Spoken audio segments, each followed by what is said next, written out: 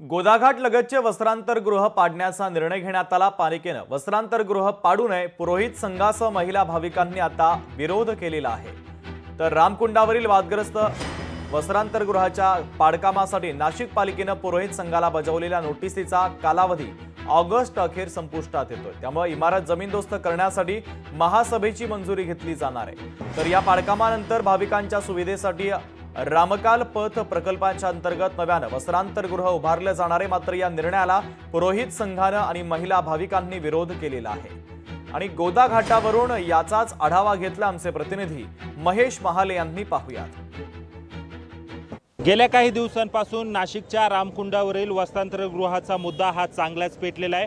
खरं तर हे वस्त्रांतरगृह महानगरपालिकेने पाडण्याचा निर्णय घेतलेला आहे। यासाठी खरं तर आता याला जो आहे तो पुरोहित संघाने देखील विरोध केलेला आहे। खरं तर गेल्या अनेक वर्षांपासून हे वस्त्रांतरगृह जे आहे ते महिलांच्या सोयीसाठी आहे। इथे महिला जे आहे ते रामकुंडात स्नान केल्यानंतर कपडे बदलत असतात, त्यामुळे हे पाडू नये अशी जी भूमिका आहे ती पुरोहित संघाने घेतलेली अनादी वर्षांपासून खरं तर हे वस्त्रांतरगृह आहे। आणि आत्ताच सिंहस्थ कुंभमेळ्याच्या पार्श्वभूमीवर महापालिकेने हे पाडण्याचा निर्णय कसा घेतला असा देखील जो प्रश्न आहे तो खरं तर पुरोहित संघाकडून विचारला जातोय। खरं तर हे पाडून खरं तर दुसरीकडे वस्त्रांतरगृह बांधण्याचा जो निर्णय तो महापालिका करणार आहे। परंतु रामकुंडावर येणाऱ्या भाविकांसाठी, महिला भाविकांसाठी हे वस्त्रांतरगृह अत्यंत महत्त्वाचं असल्याने हे पाडू नये। पुरोहित संघासह महिला भाविकांनी जरी या वस्त्रांतरगृह पाडकामाला विरोध केलेला असला तरी आता त्यांच्या निवेदनावर आणि निर्णयावर महापालिका प्रशासन कशा पद्धतीने निर्णय घेते हे पाहणं देखील तितकंच महत्त्वाचं ठरणार आहे। मात्र हे वस्त्रांतरगृह पाडू नये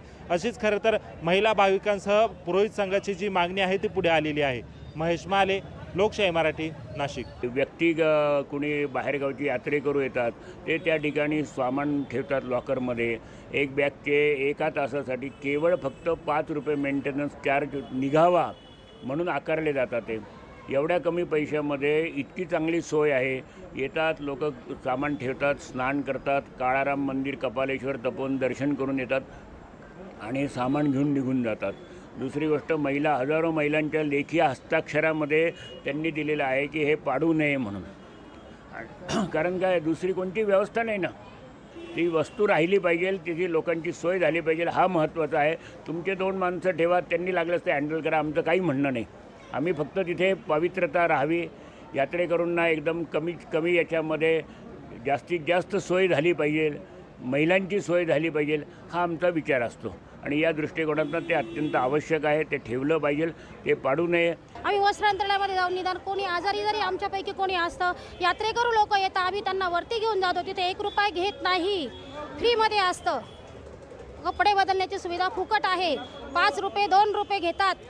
तिथे कपडे किंवा लॉकरची सुविधा आहे, तिथे लॉकरमध्ये इथे आम्ही लोकांच्या वस्तू चोरीला जातात, मग त्यांना सांगतो वरती जा, लॉकरमध्ये ठेवा। काही लोक ऐकत नाही, त्यांचं चोरीला जातं। जे लोक ऐकतात त्यांचा फायदा होतो। आमची खरंच कळकळीची विनंती की हे तोडू नये। यात्रस्तू आहे, खूप लांबून आलेले, त्यांना इथे राहायला जागा नसते, हॉटेलमध्ये कोणाकडे पैसे नसतात द्यायला, ते इथे 4 तास बसून आपला विधी करू शकतात। तुम्ही खरंच सांगते की हे खरंच तोडू नये। इथे आमच्या सगळ्या गोरगरिबांची तुम्हाला विनंती। लोकशाही मराठी ऐका, पहा, जागरूक रहा।